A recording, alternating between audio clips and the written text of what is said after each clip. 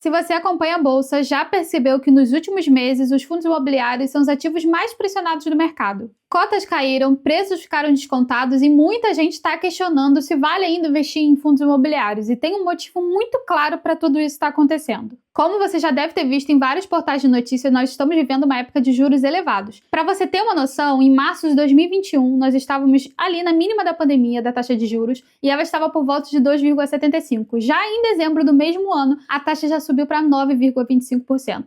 E agora, em 2025, já atingiu o patamar de 15% ao ano, o maior desde julho de 2006. São muitos anos que a gente não vê uma taxa de juros tão alta assim. E com a Selic alta, a renda fixa passou a entregar um retorno muito alto com um risco quase que nulo, o que naturalmente faz grande parte do capital ali que estava na renda variável migrar para a renda fixa, para ativos mais seguros, e fazendo os fundos imobiliários parecerem menos interessantes, o que isso gera? Queda. Esse é um ponto importante. A maioria dos fundos imobiliários não deixou de gerar renda, os contratos estão vigentes, os pagamentos estão sendo feitos, só o investidor que de fato se tornou mais intolerante à oscilação. E é aí que você que está vendo esse vídeo vai ganhar. Afinal, é exatamente isso que eu vou te mostrar nesse vídeo, como analisar e escolher um fundo considerando todo esse cenário econômico. Eu vou te mostrar 5 fundos dentro dessa lógica de ciclo de juros que fazem muito sentido para quem quer fazer renda a longo prazo e que podem subir bastante no próximo ano. Se você quer entender como utilizar os fundos imobiliários na sua carteira de forma estratégica, sem emoção, sem modismo, fica até o final do vídeo, que você vai inclusive sair com 5 fundos aí para colocar no teu radar. E não deixa de se inscrever no canal, ativa o sininho aqui e acompanha todos os vídeos. Rapidamente, antes de mostrar esses fundos, eu vou fazer um breve resumo sobre o que são os fundos imobiliários para quem está começando e pode estar um pouco perdido.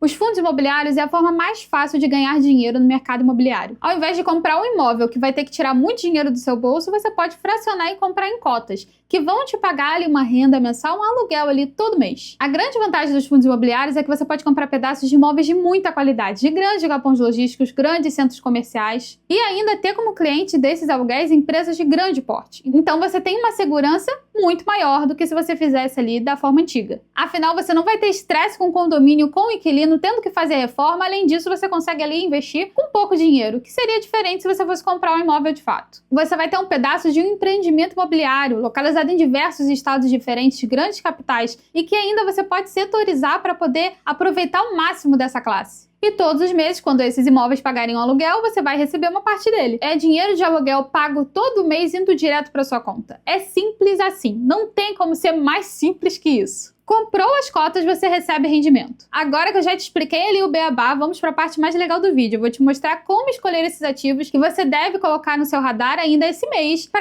proteger e para alavancar a sua carteira no próximo ano. Eu vou te ensinar de forma simples algumas métricas que já batendo o olho você já vai conseguir localizar ali se é um fundo bom ou não. Eu vou abordar as principais que você tem que ver quando você estiver analisando o seu fundo. E a primeira métrica é o dividend yield, é o rendimento que aquele fundo está pagando para você. O que torna essa meta muito importante é porque ela está diretamente relacionada ao que você vai receber. Então você quer, obviamente, um fundo lucrativo, um fundo que vai te pagar bons dividendos. E a taxa efetiva de retorno do fundo imobiliário é medida pelo dividend yield. Por exemplo, se uma cota entrega R$1 ao ano de rendimento e o preço da cota é R$10, o dividend yield dela automaticamente vai ser 10%. Então 10% ali do valor da cota você vai receber ali na sua conta da corretora. Lembrando que os rendimentos ainda são isentos de imposto de renda, então é uma renda totalmente livre de impostos que você vai receber aí na sua conta. E você pode achar essa informação lá no site do Investidor 10, um site gratuito, que você pode achar várias informações no mesmo lugar de forma muito simples. Inclusive, em relação ainda a essa métrica do dividend yield, é muito importante que você verifique também a regularidade de pagamentos dos dividendos. Afinal, ele tem que, além de prometer um bom dividendo, também estar ali com uma regularidade de pagamento. Ele está sustentando o pagamento ali daquele dividendo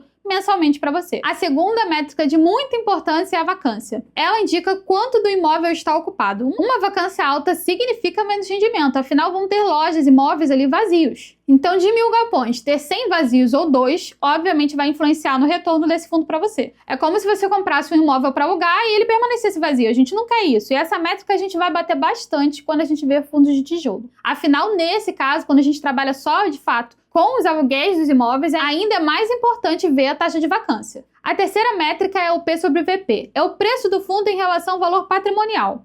Quando está abaixo de 1, quer dizer que você está comprando com desconto. Eu gosto de falar que é a promoção dos fundos imobiliários, mas tem que ter certa cautela ali. Todo mundo gosta de comprar com desconto, mas esmola demais, o santo desconfia e deve desconfiar nesse caso. Então a gente busca um P sobre VP abaixo de 1, mas não vamos lá para um P sobre VP de 60, 0,60. Já está abaixo demais e isso configura um pouco de risco. E nós não queremos fundos com problemas, queremos fundos consistentes que nós podemos manter na carteira por mais tempo. Então nada de exagerar aí no desconto, tem que ser razoável. A quarta métrica é a qualidade dos ativos. É muito importante que você tenha acesso à informação de onde estão localizados esses imóveis. Afinal, eles estão em grandes capitais, estão em grandes centros, inclusive tem uma boa diversificação entre os estados. Um prédio bem localizado atrai melhores inquilinos. Isso afeta diretamente nos contratos vigentes daquele fundo imobiliário. Se é uma área de grande prestígio que muitas pessoas têm interesse, provavelmente ele vai ter contratos mais longos. Afinal, muitos inquilinos ali estão interessados naquele mesmo imóvel. Essa informação você tem acesso lá no relatório gerencial do fundo. Você pega lá pelo mais recente, lá no site da B3, você digita o fundo, você consegue ter acesso ao relatório e ter essas informações ali de onde estão localizados cada imóvel. Por fim, a quinta métrica é a gestão. Entender se aquele fundo está sendo gerido por uma equipe muito qualificada é primordial para a gente escolher um fundo. E como que a gente pode ter acesso a essa informação? De forma fácil ali pelo valor patrimonial. Afinal, um fundo que tem um valor patrimonial que passa dos bilhões não vai ser administrado automaticamente por uma gestão pouco experiente. Afinal, tem muitos investidores ali que estão investindo um grande capital naquele fundo. Então, vai ter uma preocupação, uma necessidade, uma equipe muito qualificada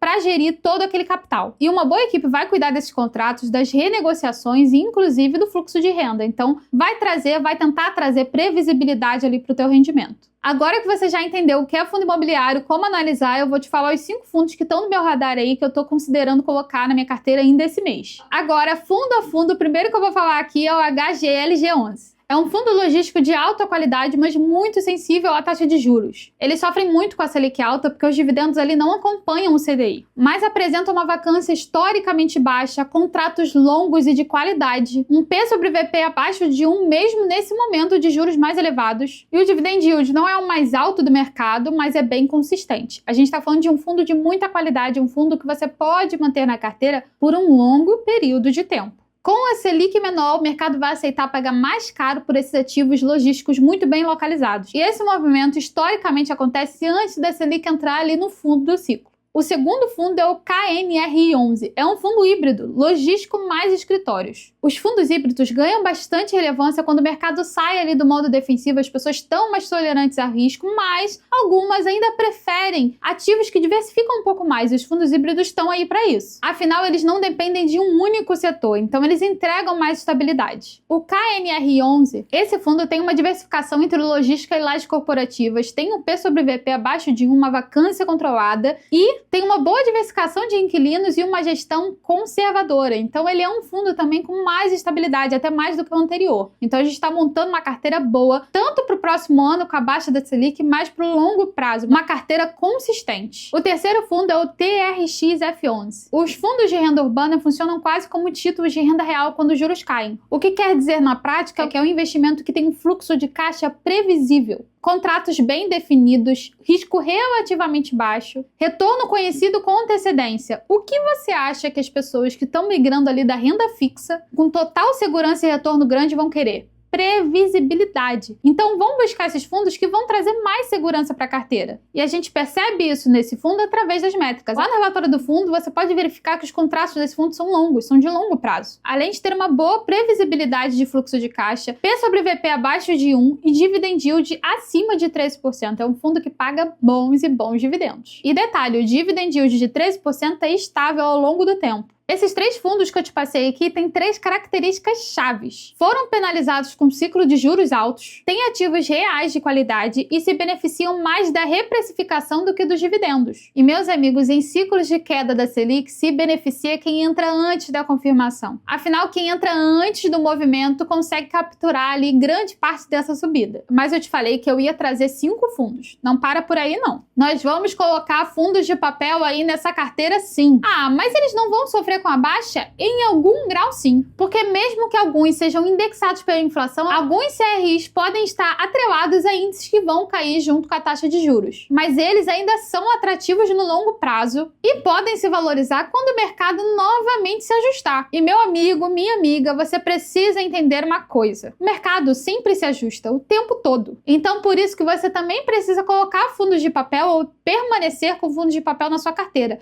para que você possa aplicar a correlação negativa. Eu vou explicar de forma breve o que significa isso, porque eu vou fazer um vídeo aqui sobre o balanceamento da minha carteira, meus novos aportes, e eu vou explicar de forma mais detalhada esse conceito. Mas para você entender, esse conceito está lá no livro Princípios de Ray Dalio. Ele descobriu que não basta só escolher bons ativos, que é o que você provavelmente faz aí na sua carteira. Ele explica que mesmo que você tenha uma tese perfeita, ainda pode estar errado. E isso levou a entender que a diversificação ideal é aquela que reduz o risco sem diminuir o retorno automaticamente. E a chave para isso está num ponto muito simples e muito lógico. Você precisa simplesmente misturar ativos que não se movem igual. Ou seja, você vai combinar ativos com baixa correlação. Quando um desce, o outro sobe. Quando um sobe, o outro desce. Esse zigue-zague se compensa dentro da sua carteira. Além de criar uma oportunidade perfeita, você já selecionou bons ativos, eles caíram, você tem um espaço perfeito para aumentar ali a exposição daquela classe. Além de criar uma oportunidade perfeita ali para você ir construindo a tua carteira. Afinal, um vai cair, outro vai baixar. Onde você vai investir? No que caiu. A gente já vai ter selecionado bons ativos.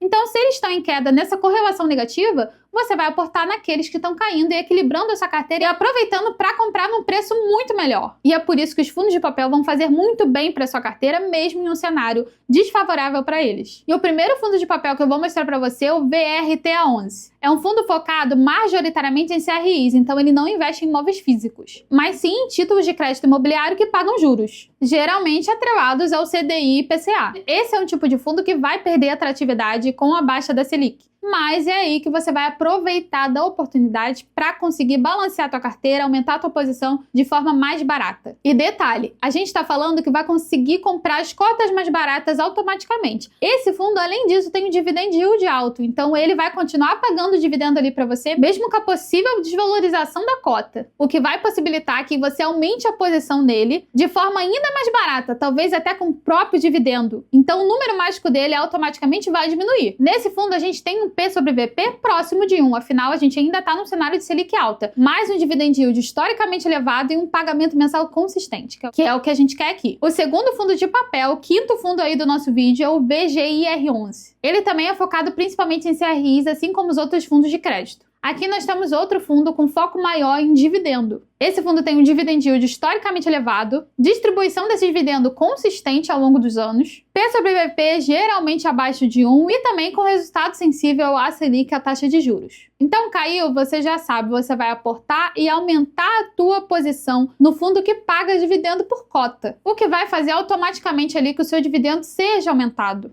podendo inclusive superar a porcentagem de dividendo que ele está pagando agora. Então, resumindo, aqui nós temos fundos de tijolo e fundo de papel. Tijolo a gente está buscando valorização. E o fundo de papel traz diversificação e oportunidade de balanceamento. Tudo o que você precisa para sua carteira. Afinal, a combinação dos dois deixa a sua carteira muito bem diversificada, com correlação negativa entre os ativos, não só entre as classes, fazendo com que a sua carteira seja mais resistente ao fluxo de mercado. Esse vídeo não é uma recomendação de compra, é só uma análise detalhada para você melhorar a forma como você escolhe os seus ativos aí na sua carteira. Agora eu quero saber, comenta aqui se você tem algum desses fundos na sua carteira. Se inscreve no canal, deixa o seu like, ativa o sininho, isso ajuda muito o canal a crescer e entregar mais vídeos para você. Grande abraço e até o próximo vídeo.